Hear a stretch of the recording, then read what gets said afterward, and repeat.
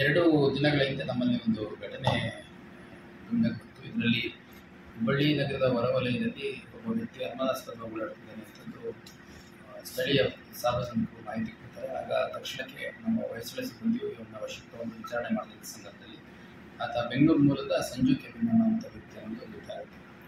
ಅವನು ಡೀಟೇಲ್ಸು ಎಲ್ಲ ನಾವು ಎಕ್ಸಾಮಿನೇಷನ್ ಮಾಡಿ ಪರಿಶೀಲನೆ ಮಾಡಿ ತೊಗೊಳ್ಳೋಂಥ ಸಂದರ್ಭದಲ್ಲಿ ಅವ್ನು ಯಾವುದೇ ಸ್ಪಷ್ಟವಾದ ಮಾಹಿತಿಯನ್ನು ಕೊಡಲ್ಲ. ನಂತರ ಅವನ ಹತ್ರ ಇದ್ದಂಥ ಕೆಲವು ದಾಖಲೆಗಳನ್ನು ಮತ್ತು ಕೆಲವು ನಂಬರ್ಗಳನ್ನು ನಾವು ಅನಲೈಸ್ ಮಾಡಿ ನೋಡಿದಂಥ ಸಂದರ್ಭದಲ್ಲಿ ಆ ವ್ಯಕ್ತಿ ಬೆಂಗಳೂರು ಮೂಲದ ವ್ಯಕ್ತಿ ಅನ್ನುವಂಥದ್ದು ಗೊತ್ತಾಗುತ್ತೆ. ಮತ್ತು ಅವ್ರ ಪೋಷಕರಿಗೆ ಕಾಂಟ್ಯಾಕ್ಟ್ ಮಾಡಿದಂಥ ಸಂದರ್ಭದಲ್ಲಿ ಅವರು ಬರ್ತೀವಿ ಅಂತ ಹೇಳಿ ಹೇಳ್ತಾರೆ. ಆಗ ಸ್ಟೇಷನ್ಗೆ ಸ್ವಲ್ಪ ಸಮಯ ಇಟ್ಕೋತಾರೆ.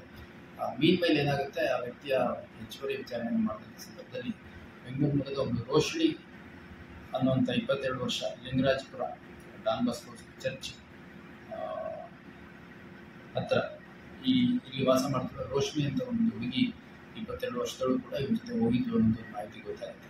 ಮೀನ್ ಮೇಲೆ ಆಕೆ ಎಲ್ಲಿದ್ದಾಳೆ ಮತ್ತು ಅವ್ರದ್ದು ಫೋನ್ ನಂಬರಿಂದ ನಾವು ತೊಗೊಂಡು ಸ್ವಲ್ಪ ಅನಾಲಿಸಿಸ್ ಮಾಡಿದಂಥ ಸಂದರ್ಭದಲ್ಲಿ ನಮ್ಮ ಈ ಸಂಜು ಕೆವಿನ್ ಇವ್ನ ಲೊಕೇಶನ್ ಹುಬ್ಳಿಲಿ ಬರ್ತಾ ಇದೆ ಅಂತಂದು ಗೋವಾ ಪೊಲೀಸ್ ಸಂಪರ್ಕ ಮಾಡ್ತಾರೆ.